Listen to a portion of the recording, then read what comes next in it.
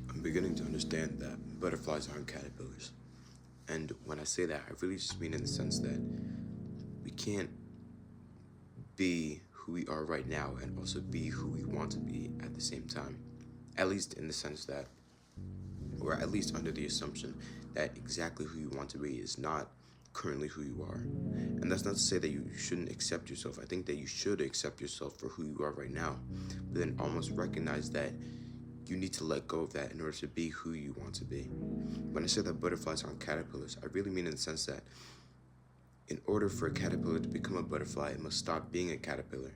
And I think that's one of the hardest parts about growing and the hardest parts about maturing as a person. I think that so often we have such big aspirations for where we want to be, but then we don't recognize that in order to be where we want to be, we need to move from where we are right now.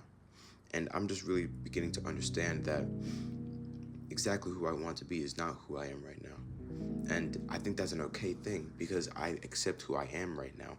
But then in accepting that, I recognize that I need to move forward from who I am right now so that I could be who I want to be. And I think that personally, I've been really scared of fully being that person, not just for my own sake, but almost for the repercussions that could have on the rest of my environment. But, to say that butterflies aren't caterpillars also mean in the sense that a butterfly does not live a caterpillar life. So it's almost letting go of your current life in favor of one that resonates with you more at the moment. And I think that's an okay thing because I think that it's important that we appreciate things for what they were and not necessarily what they are. And in saying that, I really mean that almost appreciating something for how it has been and appreciating something for the value that it brought to you, but then moving on into something else, moving on into something that aligns with who you now are more. Because I think that growth, I mean, this quote has been going around a lot recently, but it says that true growth feels like loss. And I think that's very true. Because in order to grow into something new, we need to let go of what we are right now. And we need to let go of what we have right now in favor of what we want, essentially. You can't, this was an analogy that I heard, but it was talking in this regard about growing as a person. And they said that your dream self, your ideal self, it's basically like the house that you always wanted. But in searching for that house, you stayed at a cozy apartment. But it's almost recognizing that once you finally have that dream house, you need to move out of the apartment. And I think that's very important and I think that's very beautiful. I think that's almost what evolution is in a sense. Because evolution, not even in a human standpoint, but in a ecological standpoint, it's almost letting go of what was in the past in favor of what can be now. And I think it's important that we take that mentality and we almost take it with us in our day-to-day lives. And but a very important caveat I have for that is that I think that it's still very important that we almost feel the grief that we have for letting go of who we are. Because that means that who we were, at least at some point, really resonated with us, and what we had really resonated with us. And I think that's very important.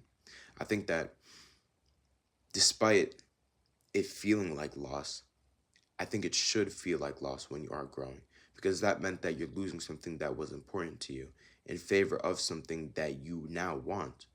And I've said this in a different video, but I think the part of movies and shows that was always like the most emotional for me to watch, I guess, were the ones where like the main character has to choose between what they have right now and then what they could have. And I don't mean that in the sense that it's like, oh, like they had something bad and they had to pick something better, but in the sense that they had to sacrifice something that they could have had in favor of what they always wanted. And I think that's something that we should almost take in our day-to-day lives. But I think that it's very important that in that sacrifice that we still feel the emotions of grief from having almost lost something while still being appreciative and while still being fulfilled and satisfied by what we now have. So I'm just really starting to understand that it's important to let go of who we are now in favor of who we want to be. And I think that until you let go, you're never truly going to be able to be who you want to be. Because, like I said, butterflies aren't caterpillars. You can't be both at the same time. So I just think that it's important that, we just try to take that into our day-to-day lives. We try to change as much as we can, and we don't be afraid of change. I think that it can be a very difficult thing, but I think it's only difficult if you allow it to be difficult. Because I also think that despite the negative emotions of, grief and sadness that could come with growing, that could come from loss, I think that we can almost appreciate it for what it is and appreciate the beauty for what it is if we're looking at ourselves from a higher perspective. So I think that's important, that we take that perspective with us in our day-to-day lives, and we just carry that on with us as we're growing. But the last point I want to make is that I think so often we almost get caught in the requirements and the necessities and the responsibilities of our day-to-day lives, that we almost allow our environment to change us rather than changing our environment.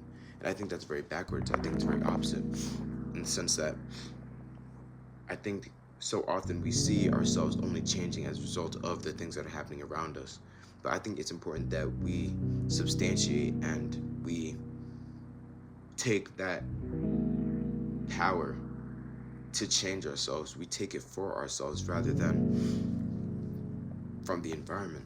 I think that if you're constantly controlled by things that are outside of you, then you're never going to be able to be in control of yourself. And I think to that regard, we'll never be able to get what we want. And that's not to say, I've said this in other videos and I still agree that I don't think that we do have control of anything that's outside of ourselves. We can have influence on other things, but we can't control it.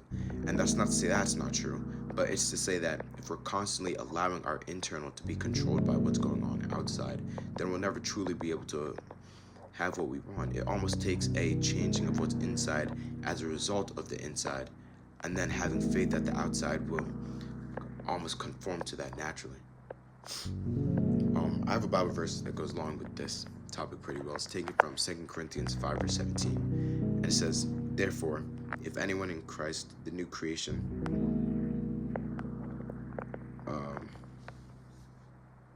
has come, the old has gone, the new is here."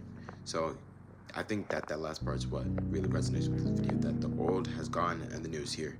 So I think it's about almost being happy and celebratory that the new is here, but then also in remembrance that the old has gone, but remembering and accepting the old for what it was while still moving on to something new.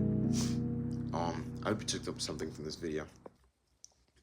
Thank you for watching, and have a great day.